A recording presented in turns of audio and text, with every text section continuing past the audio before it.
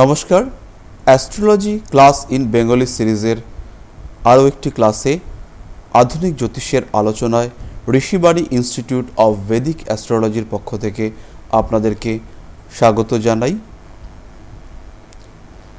অভিনন্দন এবং শুভেচ্ছা জানিয়ে শুরু করছি জোটক বিচারের ওপরে আজকের আমাদের ক্লাস। এর আগে জোটক বিচার এবং জ্যোতিষে বিবাহের সম্পর্কিত বিস্তারিত বিচার আমরা করেছি। এর আগের বেশ কয়েকটি ক্লাসে অষ্টকূট বিচার সম্পর্কে আজকে আমরা জেনেছি এবং বর্তমানে সামাজিক পরিস্থিতিতে জোটক বিচারের জন্য কিভাবে অগ্রসর হতে হবে তা মোটামুটি আমরা জানতে পেরেছি।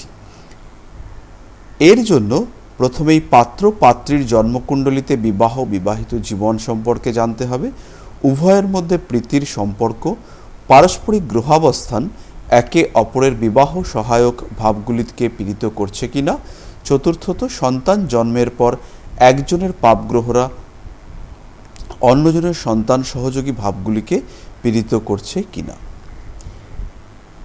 এই চারটি পার্ট আমরা শেষ করেছি এবং আজকে আমরা যেটি করব সেটি হলো পারস্পরিক যে সামাজিক মিলন অর্থাৎ বিবাহ হচ্ছে, এরা যে একসাথে থাকবে, এই একসাথে থাকার ব্যাপারটি এটি এদের শারীরিক এবং আর্থিক সুস্থতা উন্নতি তার জন্য অনুকূল কিনা, তার জন্য এদের যে পারস্পরিক সহাবস্থান সেটি একে অপরের পক্ষে ডেভেলপমেন্টের বা উন্নতির জন্য অনুকূল কিনা বা সহায়ক কিনা সেটি আমরা আজকে দেখব।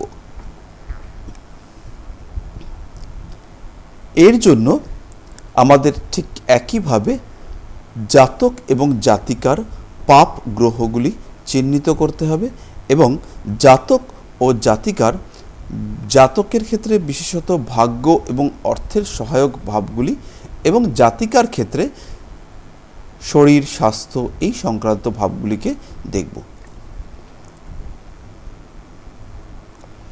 তাহলে আমরা প্রথমে জাতক এবং জাতিকার জন্মছকের পাপ গ্রহগুলিকে চিহ্নিত করি। এর আগে আমরা দেখেছি জাতক এবং জাতিকার জন্মছকে জাতকটির জন্মছকে মূলত পাপ গ্রহ হলো কেতু এবং রাহু। লগ্ন সাপেক্ষে বুধ নিচস্থ এবং পীড়িত, তবে বুধ এবং বৃহস্পতির ক্ষেত্র বিনিময় হবার কারণে এই যে পাপের ব্যাপারটা বা এই গ্রহটির যে ক্ষতিকারক ব্যাপারটি সেটি কিন্তু হ্রাস পাবে। শনিকে আমরা সাধারণভাবে পাপগ্রহ হিসেবেই চিহ্নিত করব, তবে তুলা লগ্নের ক্ষেত্রে যেহেতু শনি চতুর্থপতি এবং পঞ্চমপতি, সেই হেতু শনিকে পাপের কারক হিসেবে আমরা কিন্তু ধরব না। এই কারণে একই কারণে ষষ্ঠপতি বৃহস্পতি নবমে অবস্থান করার জন্য বৃহস্পতির যে ক্ষতি সাধন করার প্রবণতা, রোগ বৃদ্ধিকারক প্রবণতা সেগুলি কিন্তু হ্রাস পাবে। এই কারণে এই ছকের ক্ষেত্রে দুটি গ্রহকে আমরা ক্ষতিকারক হিসেবে চিহ্নিত করব, প্রথমত দ্বাদশে অবস্থানকারী রাহু এবং ষষ্ঠে অবস্থানকারী কেতু। জাতিকার জন্মছকের ক্ষেত্রে জাতিকার জন্মছকে যাবার আগে জাতকের জন্মছকের কর্মভাবগুলি বা আর্থিক উন্নতি সহায়ক ভাবগুলিকে আমরা চিহ্নিত করে নিই। এই ক্ষেত্রে কর্মভাবটি হলো কর্কট, ভাগ্যভাবটি হলো মিথুন এবং আয় বা উন্নতি সহায়ক ভাব অর্থাৎ একাদশ ভাব সেটি হলো সিংহ এবং দ্বিতীয় ভাবটি হলো বৃশ্চিক। এই ভাবগুলি যদি জাতিকার জন্মছকের পাপ গ্রহ দ্বারা পীড়িত হয়, সেই ক্ষেত্রে জাতকের আয় উন্নতি ডেভেলপমেন্ট এগুলি বিয়ের পরে কম হবে। আবার এই ঘরগুলি যদি জাতিকার জন্মছকের শুভ গ্রহ দ্বারা অনুগৃহীত হয়, সেই ক্ষেত্রে কিন্তু জাতিকাকে বিয়ের পরে জাতকের ভাগ্যে উন্নতি আসবে। তাহলে এইবার আমাদের যেটা কাজ সেটি হলো প্রথমত জাতিকার জন্মছকের পাপ গ্রহগুলিকে খুঁজে বার করা। এর আগেও আমরা পাপ গ্রহগুলিকে খুঁজে বার করেছি। তার মধ্যে প্রথমেই ছিল রাহু, কেতু, শনি এক্ষেত্রে পাপগ্রহ হিসেবে বিবেচিত হবে দ্বাদশে অবস্থান করার কারণে। লগ্নের ক্ষেত্রে সপ্তমপতি দ্বাদশপতি শুক্র, তাকেও আমরা বিশেষ শুভ হিসেবে ধরব না। তবে এই ক্ষেত্রে শুক্র এবং শনি যে পারস্পরিক ক্ষেত্র বিনিময় করে অবস্থান করেছে, এর ফলে শুক্র এবং শনির যে পাপীয় ব্যাপারটি এটি কিন্তু হ্রাস পাবে। এর জন্য এদেরকে আমরা একটু অন্য কালার দিয়ে ইন্ডিকেট করিয়ে রাখি।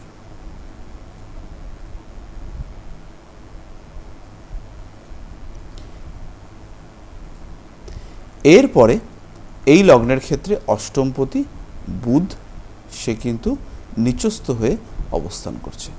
অর্থাৎ এই লগ্নের ক্ষেত্রে আমরা কিন্তু 5টি গ্রহকে পাপগ্রহ হিসেবে চিহ্নিত করতে পারলাম।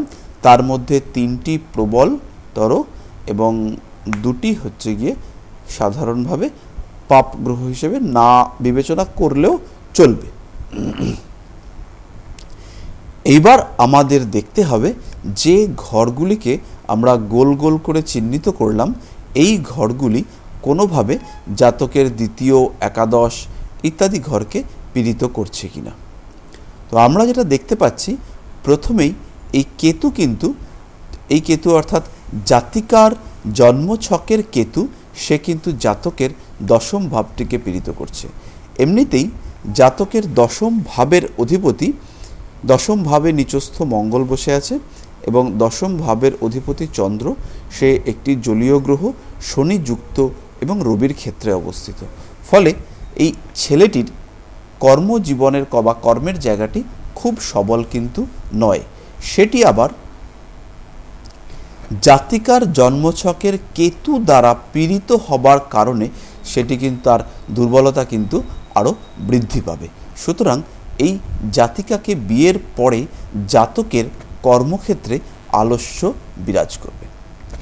একইভাবে জাতকের দ্বিতীয়ভাবে জাতিকার কেতু অবস্থান করছে, অর্থাৎ জাতকের দ্বিতীয় ভাবটি হলো বৃশ্চিক, মেয়েটির ক্ষেত্রে বৃশ্চিকে কেতু অবস্থানরত। ফলে এই জাতিকাকে বিয়ে করার পরে জাতকের অর্থভাগ্যে কিন্তু কিছু টানাপোড়েন বা উত্থান পতন এই ব্যাপারগুলি থাকার সম্ভাবনা আছে।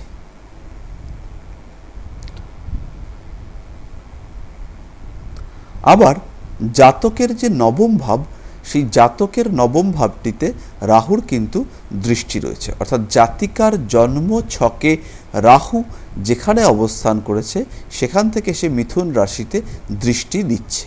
আবার জাতকের জন্মছকে মিথুন রাশিটি হলো ভাগ্যভাব। ফলে জাতিকার জন্মছকে রাহু দ্বারা জাতকের ভাগ্যভাবটিও কিন্তু সামান্য হলেও পীড়িত হচ্ছে। সুতরাং সমৃদ্ধির ক্ষেত্রে বিচার করলে আফটার ম্যারেজ, বিবাহের পরে যে সমৃদ্ধি আসার কথা, এই জাতক এবং জাতিকার বিবাহের পরে সেটি কিন্তু ছেলেটির ক্ষেত্রে আপাতত বাধাপ্রাপ্ত হচ্ছে। এবার যদি আমরা মেয়েটির ছকটি বিচার করি, ছেলেটির ছকে পাপগ্রহ হলো রাহু এবং কেতু, তারা জাতিকার একাদশ ভাবটিকে পীড়িত করছে এবং পঞ্চম ভাবটিকেও পীড়িত করছে। জাতিকার লগ্ন মঙ্গল, তার উপরে কিন্তু এই ছেলেটির হরস্কোপে যে মিনে কেতু বসে রয়েছে, কেতুর দৃষ্টি রয়েছে বৃশ্চিকের ওপরে। ফলে এই জাতককে বিয়ে করার পরে এই জাতিকার শরীরে কিছু অজ্ঞাত রোগ, কিছু স্কিনের প্রবলেম, কেতু যেহেতু স্কিনের প্রবলেম এনে দেয়, ছুলি, তারপরে হচ্ছে গিয়ে এই ধরনের রোগ বা এমন কিছু রোগ যা সহজে ডিটেক্ট করা যাচ্ছে না, ইগনোর করছে, সেই রোগের জন্য জাতিকার আলস্য বৃদ্ধি পাচ্ছে, থাইরয়েডের রোগ, এই সমস্ত ব্যাপারগুলি কিন্তু বৃদ্ধি পাবার সম্ভাবনা রয়েছে। সুতরাং এই জাতক এবং জাতিকারা বিবাহের ক্ষেত্রে 5 নম্বর যে পয়েন্টটি আমরা পেলাম, সেই পয়েন্টটি কিন্তু আমাদের খুব পজিটিভ এলো না। সেই ক্ষেত্রে এই 5 নম্বর পয়েন্টটিকে আমরা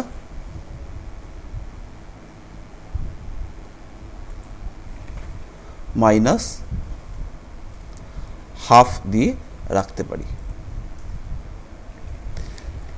তাহলে আলটিমেটলি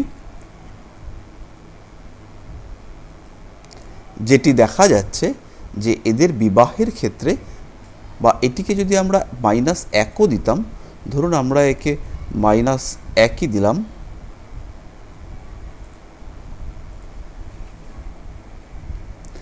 সেক্ষেত্রেও কিন্তু পজিটিভ ব্যাপারটি বেশি আসছে, অর্থাৎ এদের বিবাহ আমরা দিতে পারি সহজ বিচারে। এবং বিবাহ যখন এরা আমাদের কাছে আসবে, জ্যোতিষের কাছে আসবে, তখন আমরা এই ব্যাপারগুলিকে ব্যাখ্যা করতে পারব। এবং প্রতিটি ক্ষেত্র, বিবাহের পরে যে ধরনের ঘটনাগুলি ঘটতে পারে সেই ব্যাপারগুলি মোটামুটি প্রতিটি ক্ষেত্র আমরা যদি জাতক বা জাতিকার কাছে বিশ্লেষণ করে দিই, তবে তারা কিন্তু পারস্পরিক বিবাহ বা সংসারের ক্ষেত্রে যতটা সম্ভব সাবধান হতে পারবে, এবং তার ফলে যত কিছুটা হলেও এই যে নেগেটিভ ব্যাপারগুলি, এগুলিকে প্রতিকারের মাধ্যমে তারা কি করবে, তারা সলভ করার দিকে এগিয়ে নিয়ে যাবে। তো এই ব্যাপারটি আমাদের কাছে পরিষ্কার যে পাত্র এবং পাত্রের জন্মকুণ্ডলিতে বিবাহিত জীবনের শুভাশুভত্ব কিন্তু আমরা কখনোই ইন্ডিভিজুয়ালি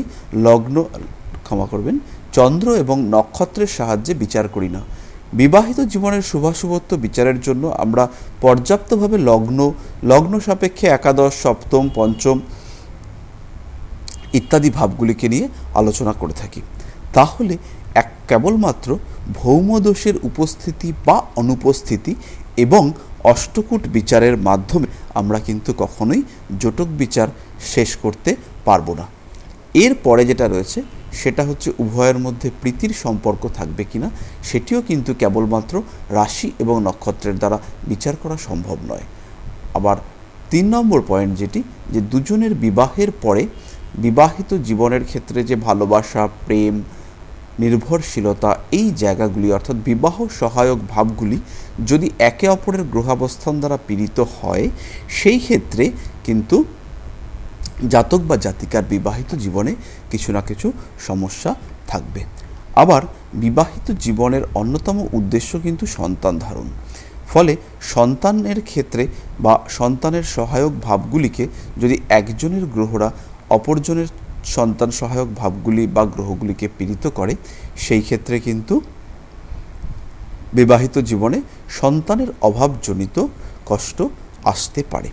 এছাড়া পারস্পরিক সামাজিক মিলন যদি একে অপরের সাংসারিক, শারীরিক, আর্থিক শ্রীবৃদ্ধি এবং উন্নয়নের জন্য সহায়ক না হয়, সেক্ষেত্রে কিন্তু বিবাহিত জীবনে আফটার ম্যারেজ একটা হতাশা কাজ করতে পারে। তো এইভাবেই আমরা বিবাহিত জীবনকে বিচার করব এবং জটক বিচার করব। পরবর্তী বেশ কয়েকটি ক্লাসে আমরা একাধিক জাতক জাতিকার যাদের বিয়ে হতে চলেছে বা যাদের বিয়ে হয়ে গিয়েছে এবং সেপারেশন হয়েছে বা তাদের খুব ভালো সম্পর্ক কাটাচ্ছে, এরকম বেশ কয়েকটি হরোস্কোপ আমরা আপনাদের সঙ্গে শেয়ার করব। ফিরে আসব পরবর্তী ক্লাসে। যদি কেউ Rishibani institute of Vedic astrology থেকে জ্যোতিষশাস্ত্র অধ্যয়ন করতে আগ্রহী হন, সেক্ষেত্রে আমাদের বিভিন্ন ক্লাসে ভর্তি চলছে, বিভিন্ন কোর্সে ভর্তি চলছে। জ্যোতিষশাস্ত্রী, জ্যোতিষ ভাস্কর, জ্যোতিষ রত্ন, জ্যোতিষ ভূষণ ইত্যাদি কোর্সে ভর্তি চলছে। আপনারা যদি অ্যাডমিশন নিতে চান, সেক্ষেত্রে যোগাযোগের জন্য নাম্বারটি রয়েছে। যদি কেউ পোস্টাল কোর্সে অ্যাস্ট্রোলজি শিখতে চান, সেক্ষেত্রেও আপনারা যোগাযোগ করতে পারেন। আর যদি কেউ অনলাইনে রেগুলার ক্লাস করে অ্যাস্ট্রোলজি শিখতে চান, তার জন্য আমাদের অনলাইন ক্লাসের সুবিধাও রয়েছে। আপনারা অ্যাস্ট্রোলজি শিখবার জন্য বেস্ট শিক্ষা মাধ্যম হিসেবে ঋষিবাণী ইনস্টিটিউট অফ ভেদিক অ্যাস্ট্রোলজিকে বেছে নিতে পারেন। ফিরে আসব পরবর্তী ক্লাসে। আমি শান্তনু শাস্ত্রী। আপনাদের জন্য ভালো থাকা, সুস্থ থাকা আর প্রতারিত না হবার শুভেচ্ছা জানিয়ে আজকের ক্লাস আমরা এখানেই শেষ করছি।